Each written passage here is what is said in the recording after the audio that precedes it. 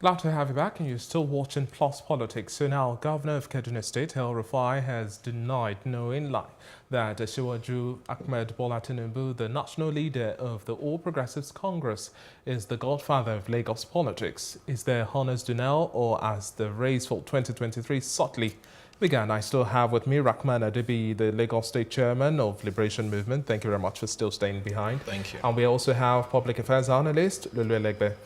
Gentlemen, just recently, the governor of Kaduna State paid a visit to Lagos State, and since then, all of his comments have come with mixed reactions, and the trail continues to blaze as it is right now.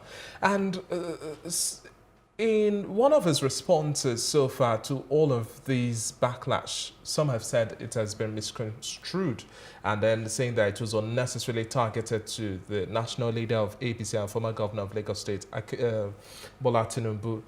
But now, do you think really he was not necessarily speaking to Bola Ahmed Tinubu? He says he did not mention names. Are you comfortable with that?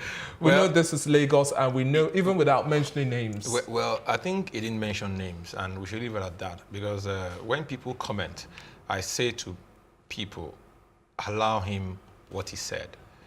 You know, take him for the face of what he has said. He has said he didn't mention Asiwaju Bola Tinubu.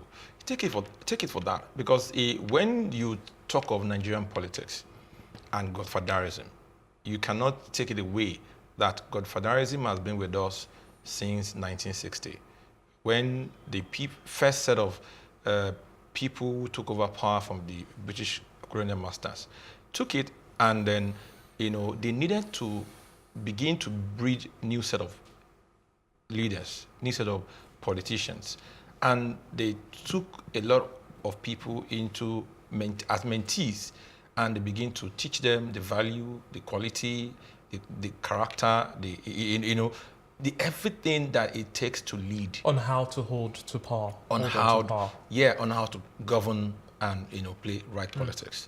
And him coming to Lagos and to a group of people and saying that because don't forget. And these comments came as a sideline on the side. Don't forget that it's the same party.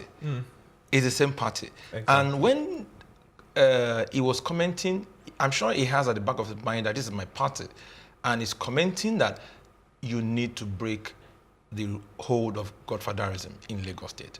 And I think he was quick, because he wanted to cite an example of his own role in breaking Godfather-ism in Kaduna State. And he was quick to come to Lagos and say, this is how I did it. Lagosians, if you want to do the same, you can employ my strategy. He only offered his own strategy on the table. And of course, when you offer strategy on the table like that, people who are there, when they go back and have a rethink, words, when spoken, is like a broken egg. You can't put it back again. It will hit left, right, center, corner. And by the time it begins to hit, read differently. People will now begin to affirm different reasoning to it. And by the time they affirm this different reasoning to it, then those reasoning will begin to accumulate and have a different posture. And at the end of the day, that different posture, because for me, I think the party members, because APC Lagos chapter is standing behind their comment to say he has no right. APC Kaduna chapter is standing behind the right that his comment was true, is correct. You can see, same party, different line of thought. Because in Kaduna State, they believe that they had people who had godfathers in the state. And they mentioned about 4 of them, that they were retired, and this is how they went about retiring them. And he believed that, and he believed that in Lagos, if you want to do same, borrow my strategy, it doesn't necessarily mean it will work 100%. But if you borrow it and apply same, then I think you get a different result. We're talking about constructive criticism now. Here, some have said, don't necessarily shoot the messenger, because there has been this backlash that, did you even have Godfatherism play out as much in Kaduna State? That's one angle. Some have said that you are even a product of these same godfathers as well. So what gives you the moral justification to even open your mouth? But in all of this now, do you think it still stands his ground that he did not mention names, but in all of this, do you think that we understand to what extent the message is sending, either subtly or clearly. Okay, first of all, I always find it funny when someone says something obvious and then says, I didn't mention names. Look, there are nuances in public comment, right? And Yeah. Governor El-Rufai is a very intelligent person. So he would not have made that statement if and Let me not give you know some that he perspective didn't- to he this. didn't- Now, some theories are also pushing for that. El-Rufai is trying to position himself ahead of 2023, and he also sees that Bola Ahmed Tinubu is also going to be in the race come 2023, although he has said, this is still 2019, how do you read my mind on my behalf? Yeah, but this is what I'm saying. All these are nuances, right? Because, okay, let's take it from the beginning. First of all, the dynamics in Kaduna and Lagos State are different. Totally. Yes, they had the Godfather thing, but then again, they have the Godfather thing in pretty much every state in this country.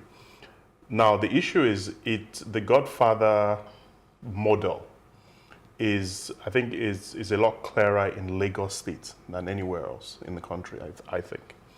So when you come to Lagos and you say, this is how I stopped Godfather-ism in Kaduna State, so you can borrow my strategy to use my friend's terminology and do the same in Lagos.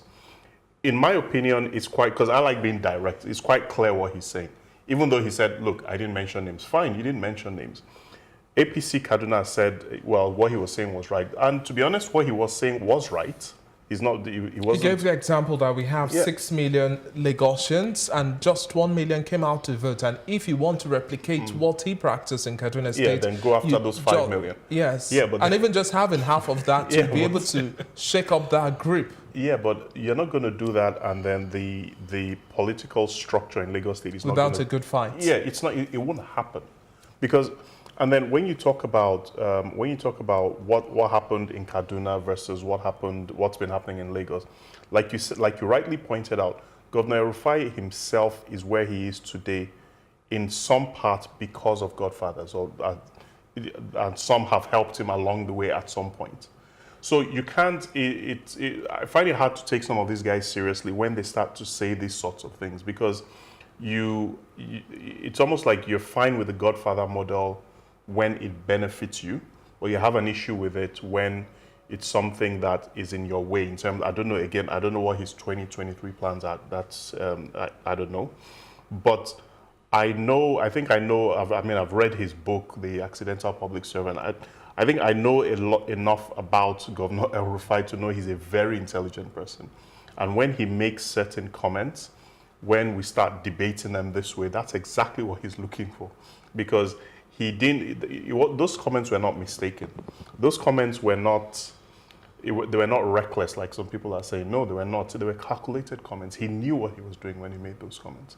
He's governor-elect of Kaduna State now. To what extent do you think he's also going to be taking all of these spills that is churning out? Because at the end of the day, beyond Godfather-ism, there are so many ills in Kaduna State that people are saying, don't point at the speck in my eye, look at your very nose, you have a whole lot of mess. To what extent do you think he's going to also tend to clean up his act, if necessarily we believe he's running for 2023?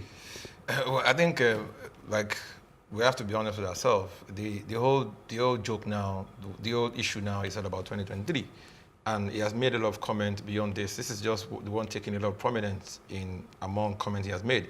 And for him and his display and the way he carries himself and the way he's been carrying himself, I think this is the best time for him to go back and show Nigerians how he wishes and plan to govern better. Talking about insecurity. Because one of the things that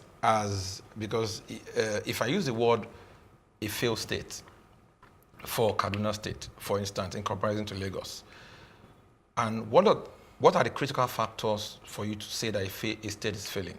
Is if security of life is not in place, do you understand, for majority of the people?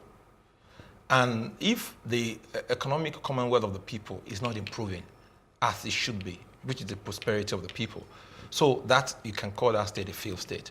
And for him now, I think the opportunity has been given back to every newly re-elected governors to go back now and give back to the people what the people truly deserve. And what the people truly deserve, the people truly deserve development, security of life and property, good welfare. And when we talk about good welfare, it spans across a lot of things in terms of infrastructure development, in terms of provision of job, in terms of good education, good healthcare system, and all this, is what it needs to begin to run. And if he's comparing himself to Lagos, I think he needs to measure up in terms of development, so that yes, he can say to himself that yes, because I want to become president in 2023, I am doing it. Because for me, I think you should take it as a challenge to go back and show to Nigerians that I can, so that when we see how well you do that, then when you come to the interplay, either you win at the primaries or not, of course, you can have a track record to show that, yes, I can. Okay. Well, definitely time will tell whether or not he can put his house in order. It's been a pleasure speaking with you, Rahman Adebi, the Lagos State Chairman of Liberation Movement. Thank you very much. And also Lulu Elegbe. Gentlemen, I'm stuttering here because it's just interesting how we see all of these issues play out here day in, day out. But really, we now ask ourselves, when we make all of these statements, to what extent do we understand the language of constructive criticism?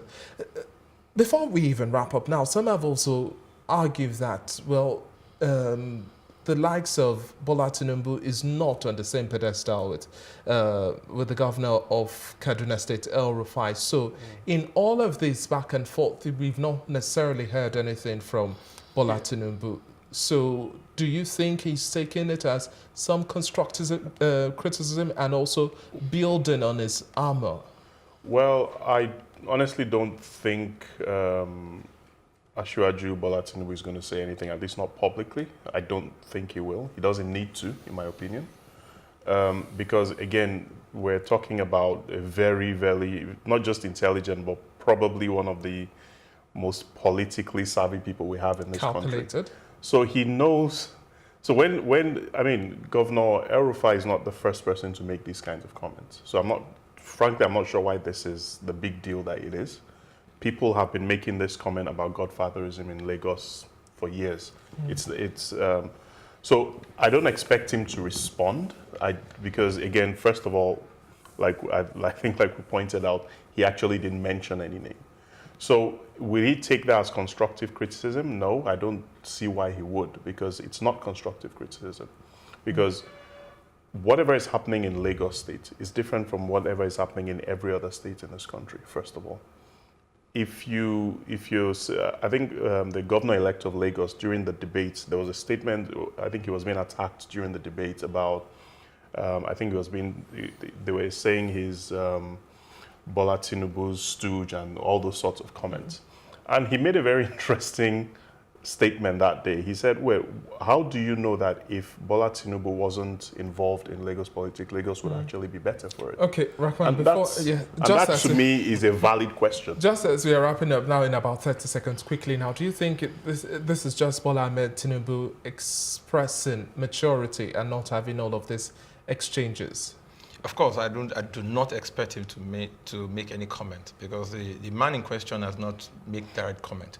The way Amana, the other comments of different people are commenting from the party structures across the line, I think that's okay. It's part of even in the same party, you have competitions. You have different views at different levels. So it's healthy that this is happening, and of course, it means that yes, we're finding our way to development. We're finding our way to where we so desire as a people.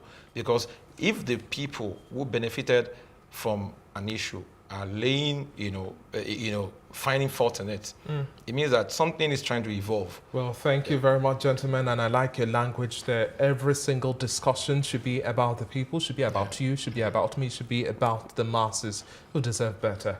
Well, this is where we wrap up the conversation with Rahman Adebi as well as Lulu Elegbe. It's now time to bring you our Plus Politics packages. And when we return, I would also bring you my take.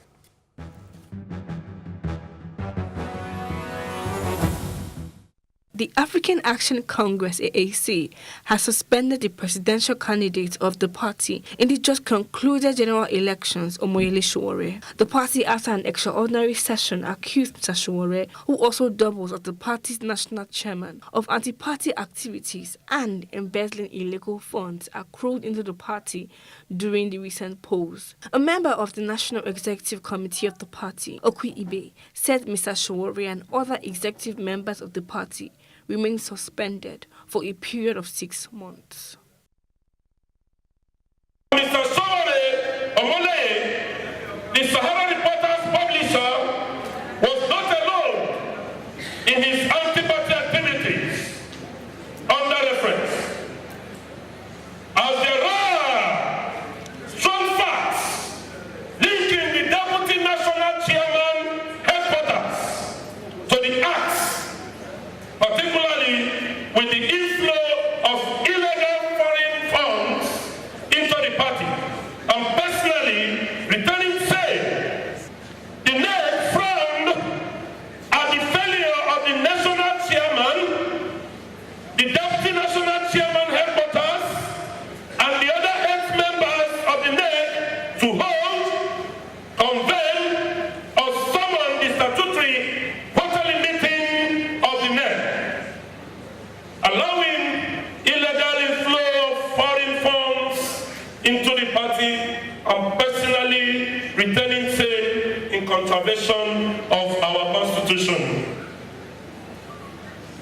Financial misappropriation of the party's funds, abuse of the party's constitution, and other acts inimical to the political interest of this great party. Our Reporters publisher is hereby suspended as the national chairman of African Action Congress, AA.